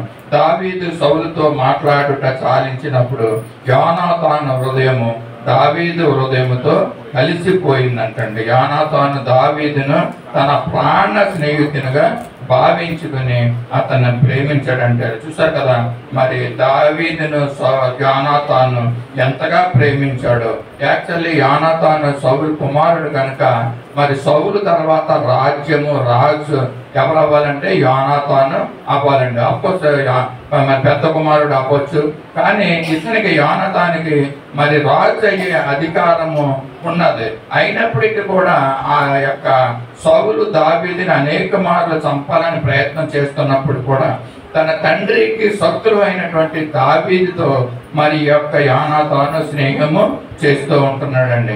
మరి ఎన్నో పరిస్థితుల్లో ఎన్నో ఆటంకులు వచ్చినప్పుడు దావీదుకి మరి యోనాతాను చాలా సహాయం చేసినట్లుగా మనం చూస్తూ ఉంటాం పరిశుద్ధ గ్రంథంలోను. మరి ఎంతగా వారి యొక్క ప్రేమ ఉందంటే మరి ఆయన యొక్క యోనాతాను యొక్క హృదయము దావీదుతో హృదయముతో కలిసిపోయినట్లుగా ఉన్నట్టండి. అంతేగాని వాళ్ళిద్దరు ప్రాణ స్నేహితులుగా ఉన్నారని మరి తెలియజేస్తున్నారు. ప్రాణ స్నేహితులు అంటే మీకు ఎక్స్ప్లెయిన్ చేయవలసిన పని లేదు. మరి అంతగా వారిద్దరు మరి యోనాతాను దావీదుతో మరి స్నేహం చేస్తున్నట్లుగా మనం చూస్తూ ఉంటున్నాం. మరి ఒక సందర్భాన్ని మనం జ్ఞాపకం చేసుకున్న దాంట్లోనే మరి 4వ వచనంలో ఏమంటారంటే మరి మరియు యోనాతాను తన దుప్పటిని, తన కత్తిని, తన విల్లును, నడికట్టును తీసి దావీదునకు ఇచ్చెను. చూసారు కదండి, ఇక్కడ యోనాతాను తాను రాజు అయిన తర్వాత మరి తన యొక్క యుద్ధ సామాగ్రి రాజు అవ్వకముందు అయినప్పుడు కూడా సౌలు మరి తన తండ్రి రాజుగా ఉంటున్నాడు కాబట్టి యోనాతాను యుద్ధాలు చేయవలసిన అవసరం ఉంది. ఆ యుద్ధాలు చేయవలసిన ఆ యొక్క విల్లుని, డాలుని, కత్తిని, మరి నడికట్టును ఇవన్నిటిని కూడా తీసి యోనాతాను మరి దావీదుకి ఇచ్చాడంటండి. యోనాతాను చూసారా ఎంత ప్రేమ అంటే అతనికి ఉన్నటువంటి సర్వస్వాన్ని కూడా మరి దావీదుకి ఇచ్చినట్లుగా మనం చూస్తూ ఉంటున్నాం. ఈ రోజుల్లో మరి ఇటువంటి స్నేహాలు మరి ఎంతమందికి ఉన్నారో తెలియదు, కానీ మరి ప్రాణ స్నేహితునిగా మరి ప్రేమిస్తూ మరి తన యొక్క విల్లును, తన నడికట్టును, తన మరి కత్తిని మరి అన్నిటిని కూడా మరి దావీదుకి ఇచ్చినట్లుగా మనకి ఇక్కడ చూస్తున్నాం. అంటే యోనాతాను అంతగా మరి దావీదును ప్రేమించినట్లుగా మనం చూస్తున్నాం. మరి మొదటి సమూయేలు గ్రంథము మరి 20వ అధ్యాయంలో మరి 41, 42 వచనంలో మరి ఏమని అంటారంటే వాడు వెళ్ళి వెంటనే దావీదు దక్షిణపు దిక్కు నుండి బయటకు వచ్చి 3 మార్లు సాష్టాంగ నమస్కారం చేసిన తర్వాత వారిని ఒకరినొకరు ముద్దు పెట్టుకొని నేర్చుకుంటుంది. ఇలా చూసారు కదా, ఇక్కడ మరి వాళ్ళ ఎడబాటు కలుగుతున్నప్పుడు, వెళ్ళవలసి వచ్చినప్పుడు దావీదు యోనాతాను యొక్క స్నేహం చూడండి. మరి వాళ్ళు విడిపోతున్నప్పుడు, దూర ప్రాంతం వెళ్ళవలసి వచ్చినప్పుడు దావీదుతో మరి యోనాతాను ఏం చేశారంటే వాళ్ళు ఒకరినొకరు ముద్దు పెట్టుకున్నారంటండి, ఏడ్చుతున్నారంట. ఇలాగుండగా దావీదు మరింత బిగ్గరగా ఏడ్చాననేసి అక్కడ ఉంది. అంతటా యోనాతాను యెహోవా నీకును నాకును మధ్యను, నీ సంతతికి నా సంతతికి మధ్యను ఎన్నటెన్నటికి సాక్షిగా నిన్ను మనమిద్దరము యెహోవా నామమును బట్టి ప్రమాణం చేసుకున్నాం కనుక మన మనస్సులో నెమ్మది కలిగి పొమ్మని దావీదుతో చెప్పగా దావీదు లేచి వెళ్ళిపోయిన యోనాతాను పట్టణానికి తిరిగి వెళ్ళిపోయిన. ఈ ఇద్దరు స్నేహితులు ఏ విధంగా ముద్దులు పెట్టుకున్నారండి. వాళ్ళిద్దరూ కూడా ఏడ్చినట్లుగా, మరి దావీదు అయితే మరీ బిగ్గరగా ఏడ్చినట్లుగా మనం చూస్తున్నాం. అంటే ఇవన్నిటికీ వారి స్నేహానికి ఏ విధమైనటువంటి స్నేహం ఉందో మనం చూస్తూ ఉంటున్నాం. యోనాతాను మరి అలాగే ఆఖరిగా మరి చనిపోతున్నప్పుడు కూడా దావీదు ఎంత దుఃఖించాడో మరి 2వ సమూయేలు గ్రంథంలో ఆ మాటను మనం ఒకసారి చదువుకుందాం. 2వ సమూయేలు గ్రంథము 1వ అధ్యాయం 11వ వచనంలో మనుషులు మనం చూస్తున్నాం. దావీదు ఆ వార్త విని తన వస్త్రములను చింపుకొనెను. అతని యొద్దనున్న వారందరూ అలాగున చేసి సౌలును యోనాతానును యెహోవా జనులను ఇశ్రాయేలు ఇంటి వారును యుద్ధములో కూలిరని వారిని గూర్చి దుఃఖపడుచు ఏడ్చుచు సాయంత్రము వరకు ఉపవాసం ఉండిరి. చూసారు కదా, ఇక్కడ మరి యోనాతాను చనిపోయాడన్న వార్త విని దావీదు ఏం చేశాడంటే వస్త్రాలను చింపుకున్నాడంట. మరి యోనాతాను యెహోవా జనులను ఇశ్రాయేలు ఇంటి వారును యుద్ధంలో కూలిన వారిని గురించి దుఃఖపడుచు ఏడ్చుచు సాయంత్రం వరకు కూడా ఉపవాసం ఉన్నారంటండి. చూసారు కదా, దావీదు ఎంతగా యోనాతాన్ని ప్రేమించాడో, వస్త్రాలను చింపుకున్నాడు. యోనాతాను చనిపోయాడు అనేసి దావీదు వస్త్రాలను చింపుకొని ఉపవాసం ఉన్నట్లుగా మనం చూస్తూ ఉంటున్నాము. ఎంతగా వారు మరి దావీదు యోనాతానుని ప్రేమించి ఉన్నాడో చూస్తున్న తర్వాత మరి యోనాతాను యొక్క కుమారుడైన మెఫీబోషెతును మరి తన బల్ల దగ్గర తీసుకుని రావడం అన్న సందర్భాన్ని నేను పోయిన వారంలో కూడా మీకు తెలియజేశాను. ఈ విధంగా దావీదు యోనాతానుల స్నేహము చాలా గొప్ప స్నేహం అండి. మనుషులతో చేస్తున్న స్నేహము. మన తన యొక్క సర్వస్వాన్ని యోనాతాను దావీదుకి ఇచ్చాడండి. యుద్ధ సామాగ్రిని అంతా కూడా ఇచ్చాడు. మరి యోనాతాను చనిపోయాడు అనేసి మరి దావీదు మరి తన వస్త్రాలను చింపుకున్నాడు, ఉపవాసం ఉన్నాడండి. ప్రజలంతటితో చూడు కూడా ఎంత చక్కని మరి స్నేహము మనం చూస్తూ ఉంటున్నాము. మరి వాళ్ళు 26వ వచనంలో ఎలా ఉంటుందంటే మరి దావీదు యోనాతాను బట్టి ఎంతో శోకము పొంది మరి బహు శోకము నుండి ఒక కీర్తన కూడా రాయడం మనం చూస్తూ ఉంటున్నాం. ఇక్కడ మరి ఈ యొక్క కీర్తన అంతా మనం చదవద్దు కానీ మరి యోనాతాను గురించి మరి దావీదు ఒక శోకము పాట కూడా రాశాడు. దాంట్లో లాస్ట్ ఏమంటాడంటే, యోనాతాను నీవు నాకు అతి మనోహరుడు అయి ఉంటివి, నీ నిమిత్తము మరి ఆఖరి వచనంలో ఉంటుంది, నేను బహు శోకము నందుచున్నాను, నా యందు నీకున్న ప్రేమ బహు వింతైనది, స్త్రీలు చూపు ప్రేమ కంటేను అది అధికమైనది అనేసి చెప్తున్నాడు. ఎంతటి ప్రేమ మరి ప్రేమించినట్లుగా దావీదు యోనాతాన్ని మనం చూస్తూ ఉంటున్నాము. ఇటువంటి ప్రేమ మనుషుల్లో ఈ రోజుల్లో అయితే కరువైంది. ఒకవేళ ఆ స్నేహాన్ని స్నేహిస్తున్నారు కానీ, స్నేహం చేస్తున్నారు కానీ సరైన ప్రేమించే విధంగా ఆ స్నేహాన్ని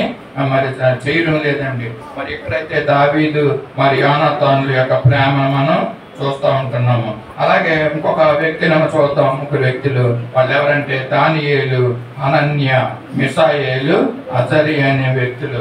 వారు కూడా మరి స్నేహితులుగా ఉంటున్నారు. మనందరికీ తెలుసు.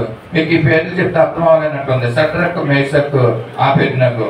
మరి ఒక ప్రశ్న అడగాలనుకుంటున్నానండి. చాలా మంది అంటారు మరి మాకు కొన్ని క్వశ్చన్స్ వేయండి అనేసి. చాలా మంది ఏం చెప్తారంటే షడ్రకు, మేషకు, అబేద్నెగో 3 కదండి. వీళ్ళు 3 4 ఎంతండి? 3 వాళ్ళ స్నేహితులు ఎంతమంది అని అడుగుతున్నాను. వాళ్ళ స్నేహితులు ఎంతమంది? పరిశుద్ధ గ్రంథంలో పేర్లు రాసి ఉన్నాయి. దానియేలు గ్రంథం చదివినప్పుడు మొదటి అధ్యాయంలోనే ఏమండి ముగ్గురే, 4 దానియేలు, అది 4. నలుగురు కూడా స్నేహితులే, ముగ్గురు స్నేహితులు కాదండి. ఇక్కడ నలుగురు కలిసిన స్నేహితులు అన్నమాట. ఈ నలుగురు పేర్లు నేను చెప్తాను. మొదట వాని పేరు చెప్పినప్పుడు మిగతా ముగ్గురు పేర్లు మీరు చెప్పాలి.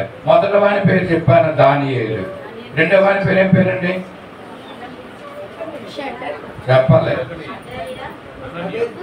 మొదట వాని పేరు చెప్పాను దానియేలు. రెండో వాని పేరు షడ్రక్ కాదు, గట్టిగా చెప్పాలి, హనన్య. చాలా మంది ఇలాగే కన్ఫ్యూజ్ అవుతూ ఉంటారు. ఏంటంటే షడ్రక్, మేషక్, అబేద్నెగో ముగ్గురు స్నేహితులు. ఏడే స్నేహితులు అన్నట్టుగా మనం చాలా మంది అనుకుంటాం. కానీ ఇక్కడ పరిశుద్ధ గ్రంథంలో తెలుసుకోవాల్సింది స్నేహితులు ఎంతమంది అండి? 4. దాంట్లో మరి దానియేలు అని చెప్పినప్పుడు మిగతా ముగ్గురు పేర్లు ఏం చెప్పాలంటే అనన్య, మిషాయేలు, అజర్య. వీళ్ళ 4 స్నేహితులండి. నేను ఇప్పుడు ఒకవేళ షడ్రక్, మేషక్, అబేద్నెగో అని చెప్పాను అనుకోండి, దాని మొదటి వ్యక్తి పేరు ఎవరు చెప్పగలరా? కాదు, అదేనండి. షడ్రక్, మేషక్, అబేద్నెగో ముగ్గురు పేర్లు చెప్పాను. మొదటి వ్యక్తి పేరు ఎవరు? కాదు, బెల్తషాజరు. బెల్తషాజర్ అన్న మాట ఉండాలి. అదే చాలా మంది మనం ఏమనుకుంటామంటే షడ్రక్, మేషక్, అబేద్నెగో వీళ్ళ ముగ్గురు స్నేహితులే, ముగ్గురిని మరి అగ్నిగుండంలో వేశారనేసి ఇలా ఉంటాం. కానీ చక్కగా దేవుని వాక్యం నేర్చుకోవాల్సింది ఏంటంటే దానియేలు, అనన్య, మిషాయేలు, అజర్య 4 వ్యక్తులు. మరి ఎవరండి? ఇందాక ఎవరి పేరు చెప్పానండి? బెల్తషాజరు, షడ్రక్, మేషక్, అబేద్నెగో అనే పేర్లు ఎవరు పెట్టారంటే ఆ యొక్క నపుంసకుల యొక్క అధిపతి మరి వాళ్ళకి పేర్లు మార్చాడు అనమాట. అసలు పేర్లు దానియేలు, అనన్య, మిషాయేలు, అజర్య పేర్లు జ్ఞాపకం ఉంచుకోండి. ఈ 4 కూడా మంచి స్నేహితులుగా పరిశుద్ధ గ్రంథంలో ఉన్నారు. ఎందుకంటే మంచి స్నేహితులు అని చెప్పానంటే మరి బబులోను దేశం రాజు అయినటువంటి నెబుకద్నెజరుకు కల వచ్చినప్పుడు మరి ఆ కళ యొక్క భావాన్ని తెలియచేయమనేసి అక్కడ ఉన్నటువంటి వారిని, గారడి వారిని, స్వప్నగాండుల్ని, మరి మాంత్రికుల్ని, కల్దీల్ని, మరి వీళ్ళందరినీ, జ్ఞానుల్ని, వీళ్ళందరినీ పిలిచి నాకు వచ్చిన కళ యొక్క భావాన్ని తెలియజేయమని నెబుకద్నెజరు చెప్తా ఉంటాడు. మరి వాళ్ళు అక్కడికి వచ్చి ఏం చెప్తారంటే దానియేలు గ్రంథం మొదటి అధ్యాయంలో మనకి మాటలు ఉన్నాయి. మరి ఈ యొక్క కళని చెప్పగల శక్తి ఈ లోకంలో ఎవరికి లేదండి, దేవతలకు తప్ప. మరి ఎవరు కూడా నీ కళను మేము చెప్పలేము. నువ్వు కళను చెప్పు, నీ కళ యొక్క భావాన్ని మేము చెప్తాం అన్నట్టుగా చెప్పినా కూడా మరి ఆయన ఊరుకోలేదండి. కోపగించి మరి వారిని చంపుతాననేసి, వారి యొక్క గృహాలను కూడా నాశనం చేసేస్తాననేసి మరి యొక్క నెబుకద్నెజరు రాజులు తెలియజేయడం మనం చూస్తూ ఉంటున్నాం. కనుక ఇక్కడ మరి అందరినీ చంపేయాలని మరి ఆ యొక్క కళ గురించి కానీ, కళ భావాన్ని కానీ, వారి యొక్క స్వప్నగాండు, గారడి విద్యగాడు, విద్యగలవారు వీళ్ళందరూ కూడా ఎవరు చెప్పకపోతే ఆఖరికి రాజుగారు ఒక ఆర్డర్ను పాస్ చేస్తాడండి, వీళ్ళందరినీ కూడా చంపేయండి అనేసి. ఆ మాట మరి దానియేలుకు వినిపించినప్పుడు మరి ఎందుకు ఈ విధంగా, మరి దానియేలు కూడా జ్ఞానియే కాబట్టి వారితో పాటు ఈ వీళ్ళను కూడా చంపేస్తారండి. షడ్రక్, మేషక్, అబేద్నెగో వీళ్ళని కూడా చంపేస్తారు. కనుక మరి దానియేలు వెళ్ళి దేవుని దగ్గర, రాజు దగ్గరికి వెళ్ళి మరి కోరుకుంటాడంటండి. ఏమనంటే మరి నాకు కొంచెం సమయం ఇయ్యి ప్రభువా రాజు, నేను నీ యొక్క కళని, నీ కళ యొక్క భావాన్ని నేను తెలియజేస్తానని చెప్పి ఆయన ఏం చేస్తాడంటే దానియేలు తన 3 శిష్యుల దగ్గరికి వెళ్ళి, మా 3 స్నేహితుల దగ్గరికి వెళ్ళి మరి మీరు ప్రార్థన చేయండి అని చెప్తాడనమాట. దానియేలు తన స్నేహితుల దగ్గరికి వెళ్ళినప్పుడు అంటే వీళ్ళ 4 కూడా ప్రార్థన చేసే అనుభవం వారికి ఉందండి, ప్రార్థించే అనుభవం ఉంది. మరి అనేక మార్లు ప్రార్థన చేసి మరి అనేక విషయాలు వారికి దేవుడు బయలుపరుస్తున్నటువంటి సందర్భాలు ఉన్నాయి. కనుక ఈ యొక్క కఠినమైనటువంటి సమస్య వచ్చింది. మరి ఈ యొక్క కళనే, రాజుకు వచ్చినటువంటి కళనే, దాని యొక్క భావాన్ని తెలియజేయకపోతే అందరినీ కూడా చంపేస్తాడనేసి రాజు యొక్క ఆజ్ఞ. కనుక మరి ప్రార్థన చేయండి, మరి దేవుడు మనకు తెలియపరుస్తాడు అన్న విషయాన్ని చెప్పినప్పుడు మనం ఇక్కడ చూస్తాము. దానియేలు గ్రంథము 2వ అధ్యాయంలో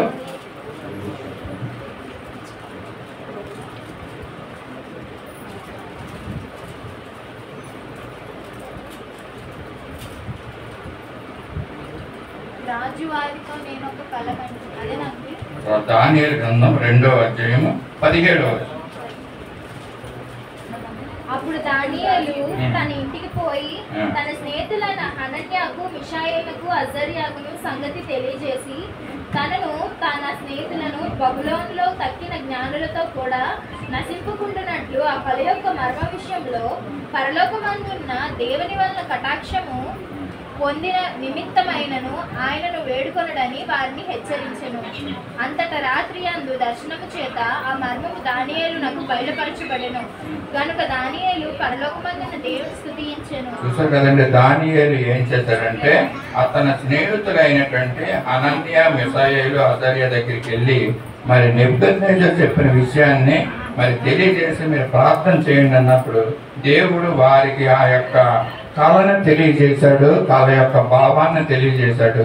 మరి నెబుకద్నెజర్ దగ్గరికి వెళ్ళి మరి దానియేలు, ఈ స్నేహితులు ముగ్గురు కూడా మరి వెళ్ళి ఆ కళ యొక్క భావాన్ని మనకి తెలియజేయడం మనందరం కూడా చూస్తూ ఉంటాం. అలాగే ఇంకొక వ్యక్తిని మనం చూద్దాం. స్నేహితులుగా ఉంటున్న వ్యక్తులు యోబు యొక్క స్నేహితులు. మరి మనకు తెలుసు కదండి, మరి ఆయనకు వచ్చినటువంటి ఆపద ఎంత భయంకరమైనదో, యోబుకు వచ్చినటువంటి ఆ యొక్క డిసీజ్ దాన్ని బట్టి ఎంతో దుఃఖపడుతూ ఉంటున్నప్పుడు యోబు యొక్క స్నేహితులు మరి యోబు దగ్గరికి వచ్చి ఆ దుఃఖంలో దుఃఖాన్ని పంచుకొని మరి యోబును వాదార్చినట్లుగా చూస్తాం. 2వ అధ్యాయము 11 నుంచి 13 వచనాల్లో మాటలు ఉన్నాయని మనం చదవద్దు, సమయం కూడా మరి చూద్దాం. మరి మేరీ సుచేత కూడా మరి లైన్లోకి వస్తుంది అనుకుంటా. కనుక త్వరగా మీ యొక్క మాటలు మనం చూసి ముగించుకున్నాం. యోబు యొక్క స్నేహితులు మనం చూస్తున్నాం కదండి. ఇందాక దానియేలు వారి యొక్క స్నేహితుల్ని మనం చూసుకున్నాం. దావీదు, యోనాతాను స్నేహితులుగా మనం చూసుకున్నాం. ఇక్కడ యోబు స్నేహితుల్ని చూస్తున్నాం. కష్టంలో దుఃఖంలో మరి పంచుకొని ఆ స్నేహితులు చేశారు. తర్వాత ఏమైందంటే యోబు మరి 42:10 వచనంలో ఏమని ఉంటుందంటే మా యోబు తన యొక్క స్నేహితుల నిమిత్తము ప్రార్థన చేశాడంటండి. ప్రార్థన చేసిన తర్వాత మరి ఆయనకి పూర్వపు స్థితి కలిగినట్లుగా మనం చూస్తూ ఉంటాం. 42:10 వచనంలో యోబు 42:10 వచనంలో యోబు తన స్నేహితుల నిమిత్తము ప్రార్థన చేసినప్పుడు యెహోవా అతని క్షేమ స్థితిని మరలా అతనికి దయచేశాను. మరి యోబునకు పూర్వము కలిగిన దానికంటే 2 అంతలు అధికముగా యెహోవా అతనికి దయచేశాను. చూసారు కదండి, ఈ యొక్క మంచి స్నేహితులు యోబు యొక్క స్నేహితులు యోబు దగ్గరికి వచ్చారు. మరి ఆయన దుఃఖంలో పాలు పంపులు పొందారు, ఓదార్చారు. కనుక అదే మరి యోబు ఏం చేశాడంటే ఆయన స్నేహితుల కోసం ఆఖరు అధ్యాయంలో మరి మాటల్లో ఉంటాయి. మరి స్నేహితుల గురించి ప్రార్థన చేసిన తర్వాత మరి ఆయనకి 2 అంతల దీవెన యోబు పొంది ఉన్నట్లుగా మనం చూస్తూ ఉంటున్నాం. మరి ఇప్పుడు వరకు మంచి స్నేహితులు చూసాం కదండి. ఒక చెడ్డ స్నేహితులు ఒకరిద్దరు కూడా మనం చూస్తాము. ఎస్తేరు గ్రంథంలో మనకు తెలుసు హామాను యొక్క స్నేహితులు వారు ఇచ్చినటువంటి చెడ్డ సలహాను బట్టి హామాను ఏమయ్యాడంటే అతను హతమైనట్లుగా మనం చూస్తూ ఉంటున్నాం. ఎస్తేరు గ్రంథం 5వ అధ్యాయం 14వ వచనంలో ఏమని ఉంటుందంటే అతని భార్య అయిన జెరుసు అతని స్నేహితులు 50 మూరల ఎత్తుగల ఒక ఊరిపోయిన వాటిని చేయించారు. ఎంత నిమిత్తం చేయించారు ఎస్తేరు గ్రంథంలో ఉన్న స్టోరీ అంతా కూడా, కథ అంతా కూడా మనకు తెలుసు. కానీ ఇక్కడ మనం ఈరోజు నేర్చుకుంటున్న విషయం ఏంటంటే స్నేహితుల గురించి. మరి హామాను యొక్క స్నేహితులు ఏ విధంగా ఉన్నారు, ఏ విధమైనటువంటి సలహా ఇచ్చారు, దానివల్ల హామాను నశించిపోవడం కూడా మనం దీంట్లో ఈ యొక్క ఎస్తేరు గ్రంథంలో మనం చూస్తున్నాం. 14:5-14 ఏమంటుంటే అతని భార్య అయిన జెరుసు అతని స్నేహితులు మరి ఇతనికి 50 మూరలు ఎవరిని మొత్తుకైన ఉరి తీయడం కోసం 50 మూరల ఎత్తుగల ఒక ఉరుకయ్య తయారు చేయమన్నప్పుడు మరి అదే ఉయ్యకరలో ఎవరు తీసిన గోతులో వాళ్ళే పడతారు అన్నట్లుగా అదే ఊరు కొయ్య మీద హామానున ఉరి తీయడం మనం చూస్తూ ఉంటున్నాం. అంతేకాకుండా 9వ అధ్యాయం 14వ వచనంలో ఒక మాట ఉంటుంది. మరి హామాను యొక్క 10 మంది కుమారులు కూడా ఉరి తీయబడ్డారంటండి. చూసారు కదా, మొత్తుగా ఆయన చంపాలని చూస్తున్నప్పుడు దేవుడు ఎటువంటి ఉగ్రతని హామాను మీద తెచ్చాడు. మరి హామాను యొక్క చెడ్డ స్నేహితులు మరి హామానుకి ఇచ్చినటువంటి చెడు సలహాను బట్టి మరి అతని యొక్క జీవితం, అతని యొక్క కుటుంబము అంతా కూడా నాశనమైనట్లుగా, ఉరి తీయబడినట్లుగా ఇక్కడ చూస్తూ ఉంటున్నాం. ఇంకొక చెడ్డ స్నేహితుల గురించి మరి ఇంకొక మాట చెప్పి నేను ముగిస్తాను. చూస్తున్నాం సమూయేలు 2వ గ్రంథంలో 13వ అధ్యాయము 3వ వచనంలో మనం చూస్తాం. దావీదు యొక్క పెద్ద కుమారుడైనటువంటి అమ్నోని యొక్క తమ్ముడు స్నేహితుడైనటువంటి యెహోనాదాబు ఇచ్చిన చెడ్డ సలహాను బట్టి మరి అక్కడ మనం ఏ విధంగా అతను మరి నశించి ఉన్నాడో మనం చూస్తూ ఉంటాం. సమూయేలు 2వ గ్రంథము 13వ అధ్యాయము 3వ వచనంలో చూద్దాం. అమ్నోనుకు మిత్రుడు ఒకడు ఉండేను. అతడు దావీదు సహోదరుడైన షిమ్యా కుమారుడు. అతని పేరు యెహోనాదాబు. ఈ యెహోనాదాబు బహు కపటం గలవాడు. అతడు రాజకుమారుడైన నీవు నా అన్నానికి చిక్కుకోటకు హేతువేది సంగతి నాకు తెలియజెప్పమనగా. చాలండి, అంతవరకు చాలు. మరి ఈ కపటమైనటువంటి మిత్రుడు ఒకడు ఉన్నాడు అంటాడు. ఎవరికి? అమ్నోనుకి. ఈ అమ్నోను ఎవరు? దావీదు యొక్క పెద్ద కుమారుడు అనమాట. ఈ పెద్ద కుమారుడు మరి ఆ యొక్క అమ్నోను మరి యొక్క అమ్మీనాదాబు యెహోనాదాబు అన్న అతను వచ్చి ఇలాగా అడుగుతూ ఉంటాడు. అమ్నోనుకి యెహోనాదాబు అన్నవాడు స్నేహితుడు, తమ్ముడు కూడానండి. కపటమైనటువంటి స్నేహం కలిగిన వాడంట. మరి అమ్నోనుకి దగ్గరికి వచ్చి ఎందుకు చిక్కుపోతున్నావు అనేసి అడిగి అతను ఒక చెడ్డ సలహాన్ని మరి ఇవ్వడం మనం చూస్తూ ఉంటున్నాము.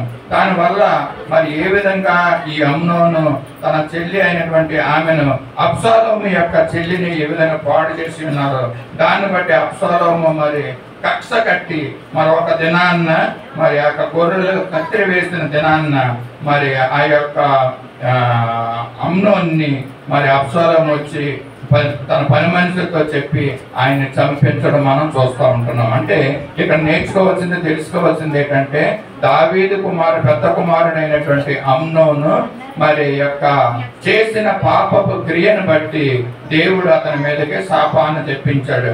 అతన్ని హతమార్చాడండి అబ్షాలోము తన పని మనుషులను పెట్టి.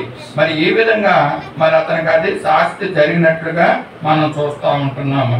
మరి అతని స్నేహితుడు ఇచ్చినటువంటి చెడు సలహాను బట్టి అమ్నోను మరి నశించడం, మరి చంపబడడం కూడా మనం చూస్తూ ఉంటున్నాము. ఇంకొక వ్యక్తిని మనం చూద్దాము. మరి సొలొమోను కుమారుడైనటువంటి రెహబాము కూడా మరి అతని యొక్క స్నేహితులు మరి ఆ యొక్క ఇశ్రాయేలు దేశాన్ని పరిపాలిస్తున్నటువంటి మరి సొలొమోను తర్వాత సొలొమోను కుమారుడైనటువంటి ఆ రెహబాము మరి ఆ యొక్క దేశాన్ని పరిపాలిస్తున్నప్పుడు మరి అతను ఆ సలహా తీసుకుంటున్నాడండి. కొంతమంది వ్యక్తుల్ని మరి తీసుకుని వచ్చి ఎక్స్పీరియన్స్ ఉన్న వాళ్ళని తీసుకుని వచ్చి సలహా అడిగాడు. తర్వాత యవనస్తులైన వారు తన తోటి యవనస్తుల్ని పిలిచి మరి అక్కడ యొక్క సలహాను అడగడం మనం చూస్తూ ఉంటాం. రాజులు 1వ గ్రంథము 12వ అధ్యాయం 11వ వచనంలో మనం చూస్తూ ఉంటుంటే ఆ యవనస్తులు ఆ యొక్క రెహబాముకి ఇచ్చినటువంటి సలహా, స్నేహితులైన వారు ఎటువంటి సలహాలు ఇస్తున్నారు, చెడ్డ స్నేహితులైన వారు ఎటువంటి సలహాలు ఇస్తున్నారో అక్కడ మనం చూస్తూ ఉంటాం. క్లుప్తంగా చెప్తున్నాను. నా తండ్రి ఏమని ఇస్తారంటే వాళ్ళు, నా తండ్రి నడుము కంటే నా చిటికిన వేలు పెద్దదిగా ఉండును. అతడు నా తండ్రి మీ మీద బరువైన కాడిని పెట్టిన సరే ఆ కాడిని ఇంకా నేను బరువుగా చేస్తానన్నట్లుగా మరి ఆ యొక్క రెహబాము అక్కడ ఉన్నటువంటి ఇశ్రాయేలు ప్రజలకి చెప్తా ఉంటాడు. మరి సొలొమోను కుమారుడు సొలొమోను ఎంతగానో కష్టపడి మరి యుద్ధాలన్నింటినీ మాన్పించి మరి అంతటి రాజుగా మరి పరిపాలిస్తున్నటువంటి సొలొమోను రాజుగా కుమారుడుగా పుట్టిన వ్యక్తి మరి ఇశ్రాయేలు ప్రజల్ని ఎంతగానో మరి వారిని సుఖపెట్టవలసింది పోయి ఇక్కడ ఏమంటున్నాడంటే నా తండ్రి కంటే ఎక్కువగా నేను మిమ్మల్ని కష్టపడతానన్నట్టుగా ఇక్కడ మనం చూస్తూ ఉంటున్నాము. మరి రెహబాము ఈ విధంగా మరి చేసినందుకు మరి ఆయన ఎటువంటి కష్టాలను అనుభవించాడో మరి తర్వాత వచ్చే అధ్యాయాల్లో వచ్చినల్లో మనం చూస్తూ ఉంటున్నాం కదండి.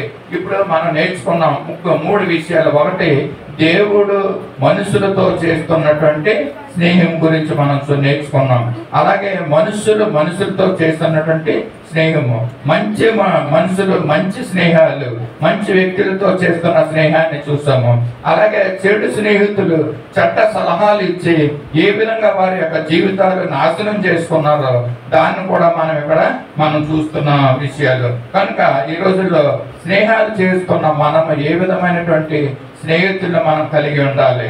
మరి దానియేలు, అనన్య, మిషాయేలు, అసర్య ఏ విధంగా ప్రార్థనా జీవితం కలిగి ఉండి వారి యొక్క దేశానికి వచ్చినటువంటి సమస్యను, రాజుకు వచ్చినటువంటి కళని ఏ విధంగా తెలియజేశారో ప్రార్థించి ఆ విధమైనటువంటి ప్రార్థనా పనులను మనం స్నేహితులుగా మనం చేసుకోవాలి.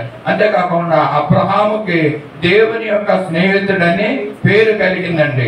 అటువంటి పేరును మనము కూడా కలిగి ఉండాలి. వీళ్ళు దేవుని యొక్క ప్రజలు, దేవుని యొక్క సంఘానికి వెళ్ళే వ్యక్తులు, దేవుని యందు భయభక్తి కలిగినటువంటి వ్యక్తులు అనేసి మనం చూసినప్పుడు సంఘము, సమాజము వారు మన గురించి చెప్పాలి. అబ్రహాం గురించి ఏ విధంగా దేవుని యొక్క స్నేహితుడిగా అన్నారు, ఆ విధంగా మనం కూడా దేవుని స్నేహితులుగా ఉంటూ మనం ఈ లోకంలో జీవించాలి.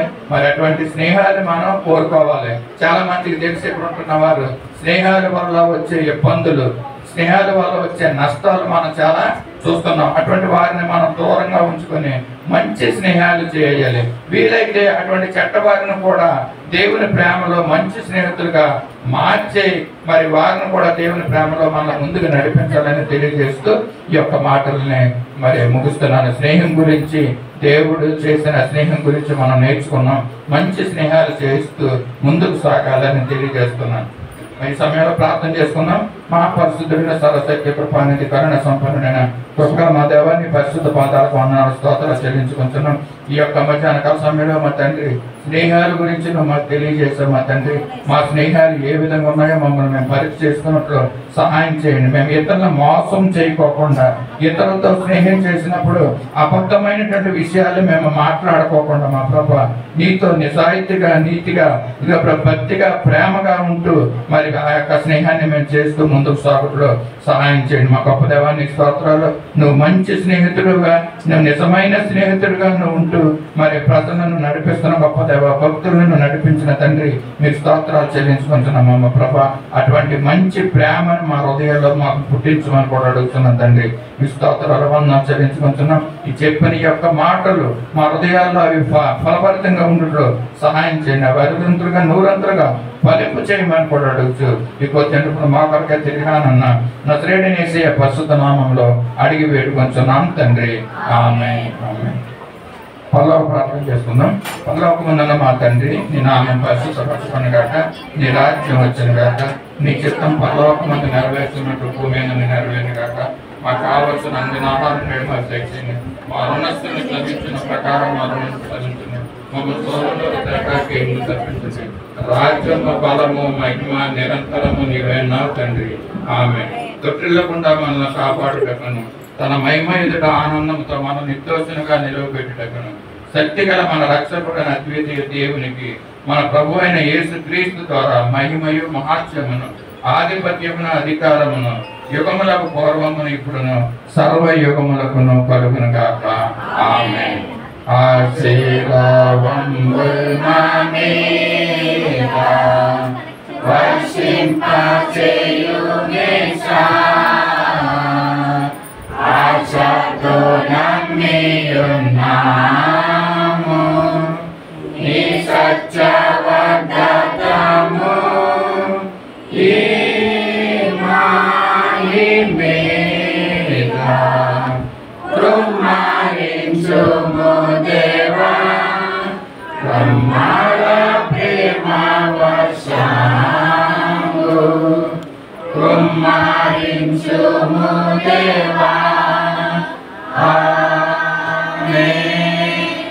అందరికీ వందనాలండి.